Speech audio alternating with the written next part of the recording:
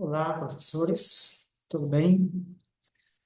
O objetivo desse vídeo é para apresentar para vocês a, as versões do sintetizador.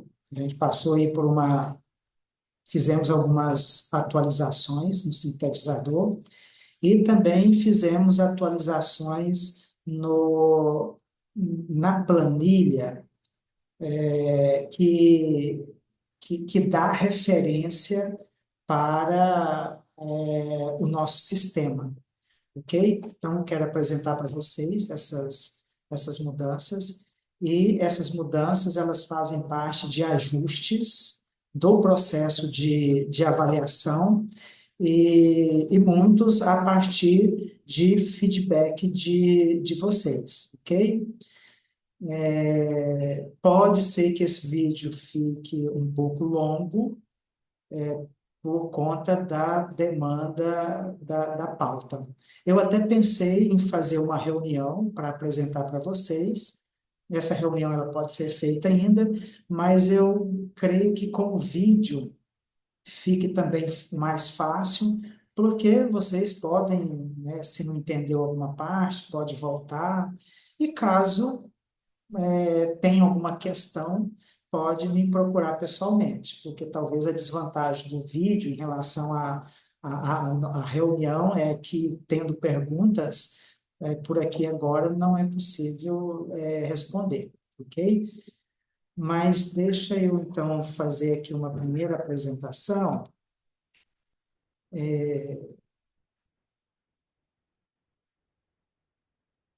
Bom, aqui é a versão 2 da planilha que dá referência para o nosso sistema. Aqui eu tenho um modelo. Bom, antes de tudo, vocês precisam entender que a gente sempre trabalha a partir do desenho ou da distribuição da carga horária de uma unidade curricular na matriz. E a nossa matriz hoje ela tem carga horária distribuída na teoria, no DEC, né? Esse DEC, ultimamente, a gente vem reforçando por que que a gente mudou. Antes era prática, agora ficou DEC, né? Já tem um documento aí com vocês. Então, a matriz curricular ela tem essa parte que também ela é avaliada. A atividade integradora, que hoje está como atividade docente efetiva, mas a gente também está fazendo uma mudança, e eu creio que sem ser essa semana que vem, na próxima, eu devo chamar, sobretudo, a professora Poliana e o professor Argeu para falar dessa mudança. E nós temos unidades curriculares, né, na matriz de 2023, que ela compartilha carga horária de extensão. Então, é praticamente esse desenho. Aqui os conceitos têm pesos, e esses pesos eles variam de acordo com o peso vamos dizer assim, dessa distribuição de carga horária. Hoje nós temos, né, uma unidade curricular, a maior carga horária dela está na teoria, então, por isso também é um peso maior, e depois são distribuídas aí, né, nessas outras modalidades. Então, a referência dos pesos, ela sempre, a referência é sempre a teoria. Então, por exemplo, eu tenho um deck que representa 10% da teoria, ou seja, enquanto o insuficiente é peso 1 na teoria, no deck ele é 0,1, o satisfatório 2 na teoria, 0,2 no DEC, e o excelente peso 3 na teoria e 0,3 no DEC. A atividade integradora e a extensão, elas têm um grau de importância grande, inclusive, depois da teoria, a atividade integradora e a extensão também tem uma carga horária maior, então também os pesos são diferentes. Então, aqui a atividade integradora e a extensão, representa 25% da teoria. Então, voltando, enquanto o insuficiente na teoria é 1, na extensão e na atividade integradora, 0,25, e assim vai. Então, só para justificar aqui a alteração desses pesos. De certa forma, isso já era feito em termos de notas no modelo anterior, ok? Mas o que eu quero trazer para vocês aqui de mudança é a diminuição dos campos do lançamento de conceitos. Enquanto na versão anterior tínhamos 3 campos aqui, e todos eles eram de preenchimento obrigatório, enquanto tinha 3 campos na teoria, nós reduzimos apenas para um campo. O DEC eram 2 campos, também reduzimos para um. A atividade integradora, eu não me lembro exatamente, mas eram 2 ou 3 campos. E a extensão, se eu não me engano, era 5 campos. Então, reduzimos tudo para um. Qual que foi a reflexão feita? Primeiro, a gente precisa entender que a nossa avaliação, ela é processual. É uma teoria de avaliação processual formativa. A gente ampliou, ficou avaliação processual formativa qualitativa, ou seja, porque é peso e não nota. Então, a gente entende que quando você lança um conceito no sistema, na verdade, você está fazendo um registro final, certo? Que faz parte do processo avaliativo, mas não é o processo. E dentro da avaliação processual, o mais importante ou melhor, o peso maior, ele é dado no processo, ou seja, durante o processo de avaliação e não apenas no final do processo, que é apenas o registro. Então, isso ajudou nessa reflexão de que esses registros, eles fazem parte do final de um processo. Então, aqui, o processo ele continua o mesmo, ou seja, as unidades curriculares elas são separadas por módulos. Nós temos aí ao longo do semestre de 6 a 8 módulos, ND1 de 3 a 4 e ND2 também de 3 a 4 módulos. Então, MOOCs, né?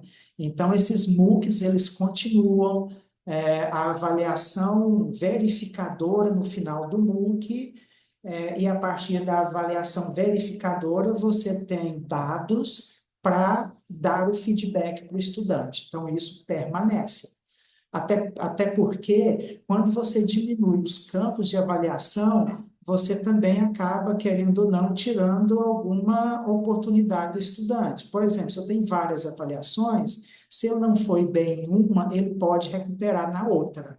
Então, olhando, vamos dizer assim, friamente, né, a gente tem esse impacto. Agora, quando a gente cuida do estudante no processo, ao longo do processo, isso aí já não é mais necessário o estudante, né, ter várias avaliações para ele ter chance de recuperar na outra.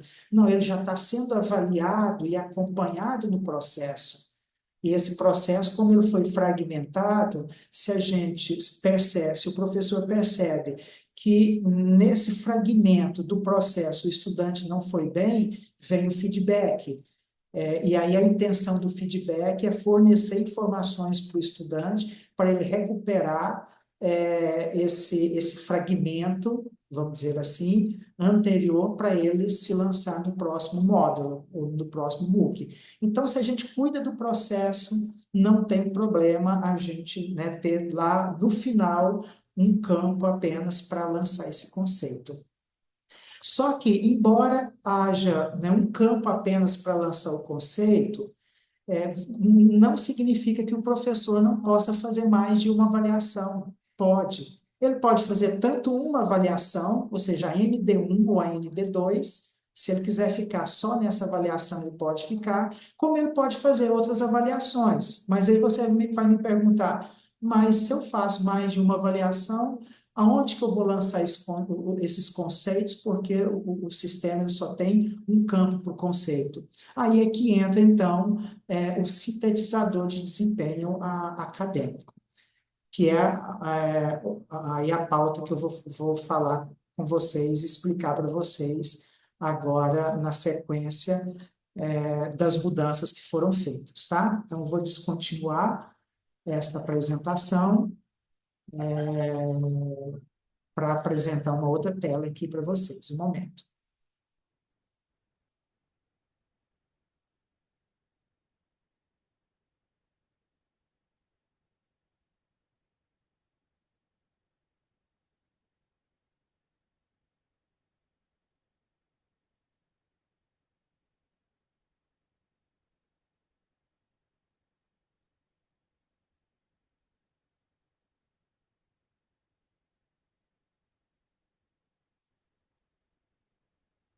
Bom, antes de tudo, deixa eu ver aqui.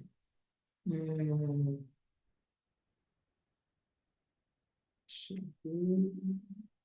Tem uma outra tela aqui. Eu não estou conseguindo visualizar. Não, não é essa aqui, não.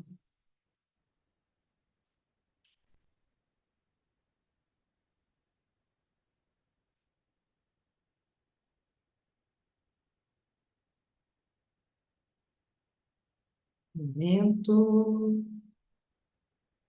Aqui. Bom, aqui você já conhece a dinâmica.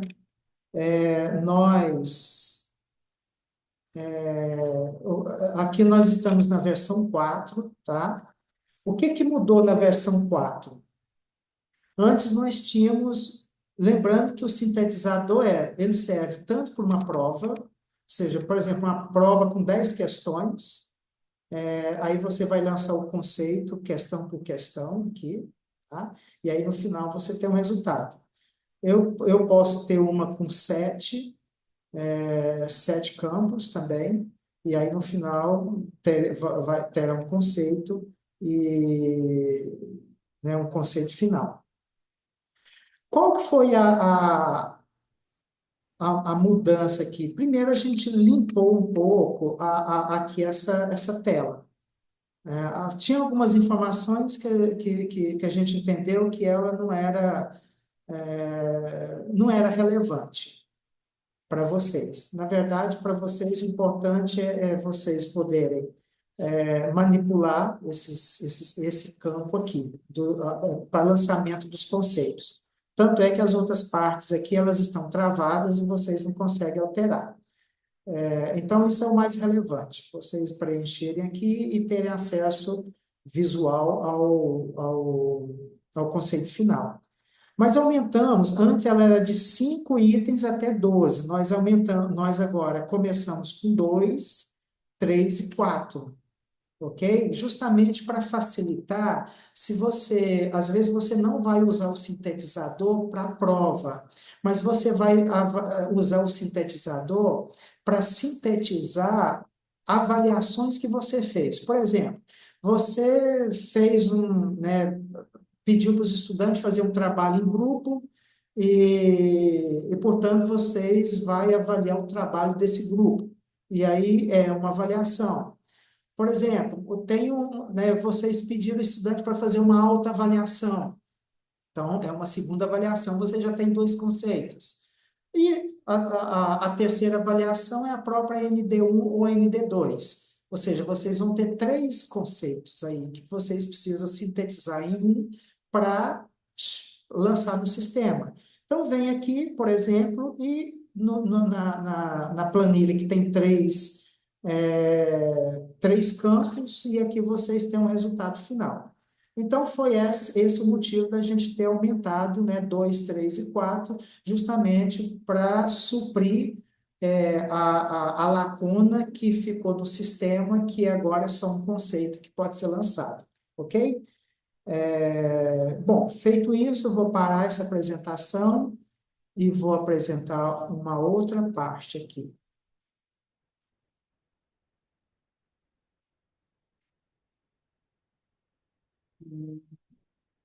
Deixa eu ver aqui.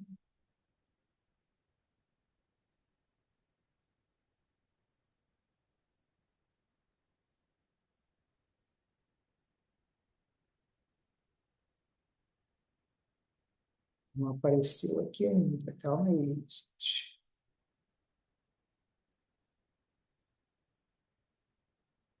Aqui. Bom, vocês viram na apresentação anterior que eu tenho a planilha, eu tenho as abas. É uma planilha de Excel, embaixo tem as abas. Ah, eu preciso de uma avaliação com cinco itens, eu vou lá, clico e tenho acesso à planilha com 5 itens. Com 10, eu clico e aparece também. Aqui, aquelas abas de 2 a 12 itens, elas se transformaram em arquivos. Por que que elas se transformaram em arquivos? Pelo seguinte, para diminuir justamente trabalho para vocês. Deixa eu explicar como que vai funcionar. Vou fechar essa tela aqui, mas aqui essa tela é só para vocês saberem que o que era aba no Excel se transformou em arquivos, tá? E aqui eu tenho um arquivo lista de estudante. É a próxima tela que eu vou abrir para vocês.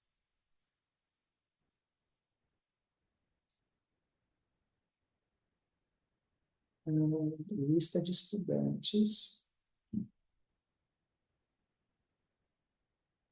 Essa lista de estudante, vocês vão preencher essa lista, por exemplo, no início do semestre, porque no início do semestre vocês já têm praticamente definido a quantidade de estudantes que vai ter na turma. Aqui a gente colocou no máximo 50 estudantes, porque é o número de vagas por turma. Mas, às vezes, tem turma que juntou com uma outra. Às vezes, tem, né, turma que é de 2 unidades curriculares, por exemplo, aí ultrapassa esse número de 50. Se caso o professor tiver essa demanda, é só me procurar que eu aumento esse número. Mas, por enquanto, ficou padronizado que a minha lista de estudantes será no máximo 50. Mas na minha turma tem apenas 20. Ok, você preenche os 20 primeiros números. Aqui você vai fazer um Ctrl+C, Ctrl+V. Tá? Pega lá né, do diário de vocês a lista de estudantes, copia e cola aqui, e você tem a lista e é importante que daí para frente você faça a relação. Por exemplo, aqui a Aisha, ela é o número 1. Eu preciso agora certificar porque eu pedi para o Alcineide acrescentar esse campo também no diário, onde vocês lançam a nota. Porque hoje é número de matrícula e nome do estudante. Eu pedi a ele para ver essa possibilidade, porque aí facilita. Mas, de qualquer forma, em termos aqui desse instrumento que eu estou apresentando para vocês, o número do estudante naquela turma está relacionado em número e nome. Então, nessa planilha aqui, vocês vão inserir, no início do semestre, como eu estava, né, falando, é, no início do semestre, vocês já têm a turma de vocês vão fazer isso uma vez só. Porque depois, esse arquivo ele pode ser replicado. Ou seja, se você vai fazer 3 avaliações, façam 3 arquivos desse aqui, ok? Mas primeiro, o que você faz, que eu sugiro que você faça? Crie um arquivo matriz com o nome dos estudantes, porque depois você só vai fazer uma cópia desse arquivo, porque o nome do estudante já vai estar ali. Tá, mas por que que eu vou colocar esse nome do estudante nessa lista?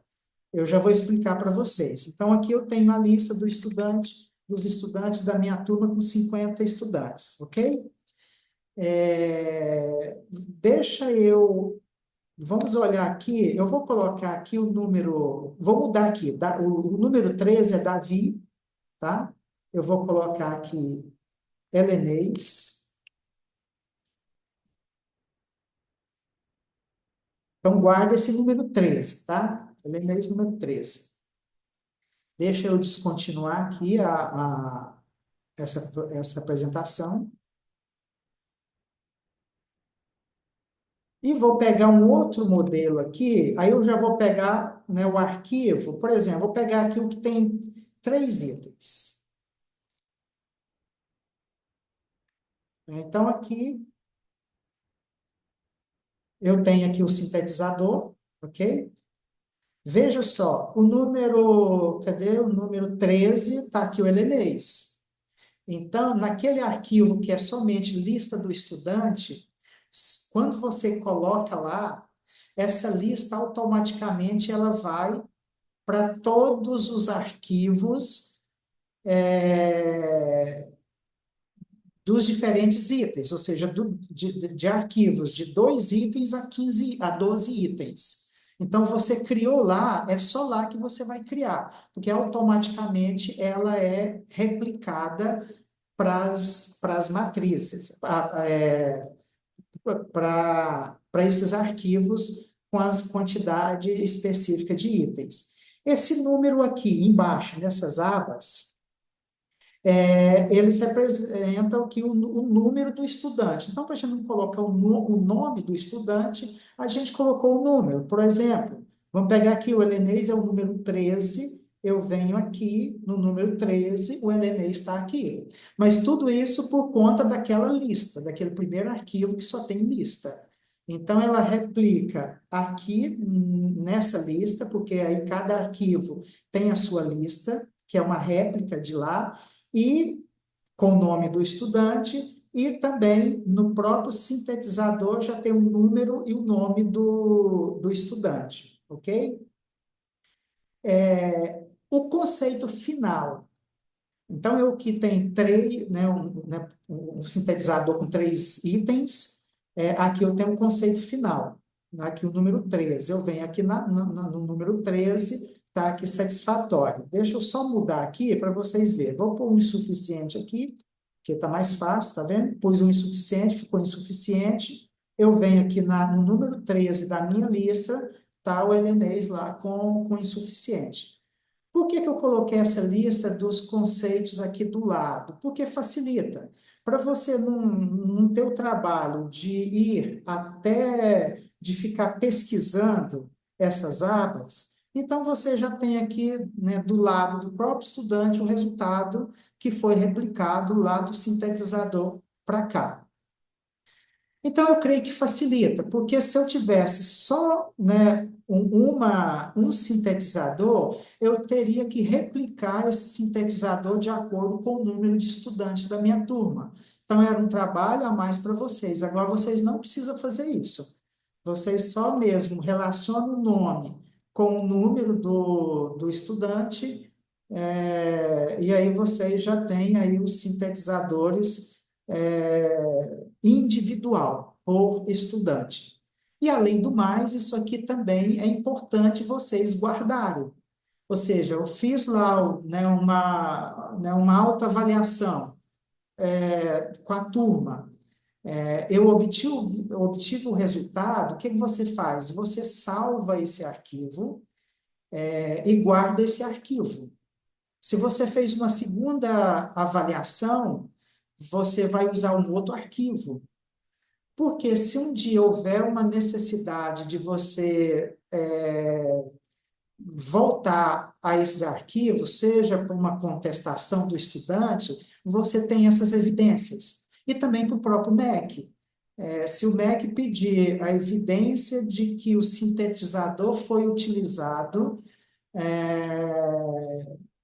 você tem essas evidências. Então, isso aqui a gente tem que guardar. E até por uma questão judicial também, né? Se o estudante, na alguma ação na justiça, a gente tem evidência. Então, é muito importante, isso aqui é um pedido também do Padre Edson, para que a gente guarde todos estes arquivos para finalidades de evidência.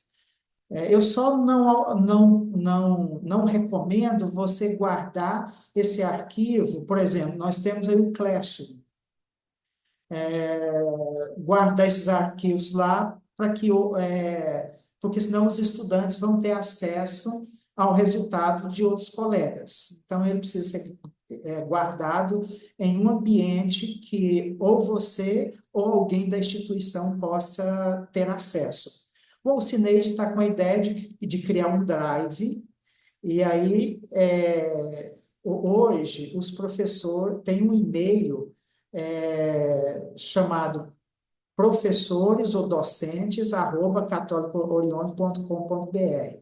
O Alcineide já deu uma ideia da gente criar um drive com esse e-mail, porque aí todos os professores podem lançar essas, vamos dizer assim, essas evidências nesse drive, porque ali só o professor ou mesmo alguém da instituição vai ter acesso, tá? Então é isso. Aqui eu não vou falar que isso aqui diminui, né, significativamente o trabalho, mas eu acho que já vai diminuir um pouco para vocês. Então, o que vocês têm que fazer? Gera a lista de estudante no início do semestre. E essa lista ela pode ter alteração de um ou outro estudante. Se a gente ainda tiver dentro né, iniciou as aulas, mas ainda está dentro do período de matrícula, pode ser que algum estudante, né, chegue depois que você é, colocou essa lista aqui, ou algum estudante saia. Então, o que você vai fazer é apenas estar atualizando essa lista, mas ela pode ser feita uma vez só. E depois você vai só replicando esses arquivos de acordo com o número de avaliações que vocês vão fazer. Ok, pessoal? Então, eu acho que é isso. Aqui eu coloquei um exemplo, né? Mas eu poderia trazer outros exemplos para vocês de sintetizador com dois itens, quatro itens, cinco, até 12 itens, que a dinâmica é a mesma, tá bom? Mas qualquer dúvida, estou sempre à disposição e é só me procurar aqui. Todos os dias à tarde eu estou aqui, alguns dias estou à noite, né? Outros dias estou no período da manhã. Bom, gente, é isso. Peço desculpa porque o vídeo já deve ter ficado um pouco longo, mas eu creio que esse vídeo vai ser útil para vocês, tá bom? Um abraço, e como a gente já está no final de semana, do dia 18 de outubro de 2024, desejo aí um bom final de semana para vocês. Um abraço.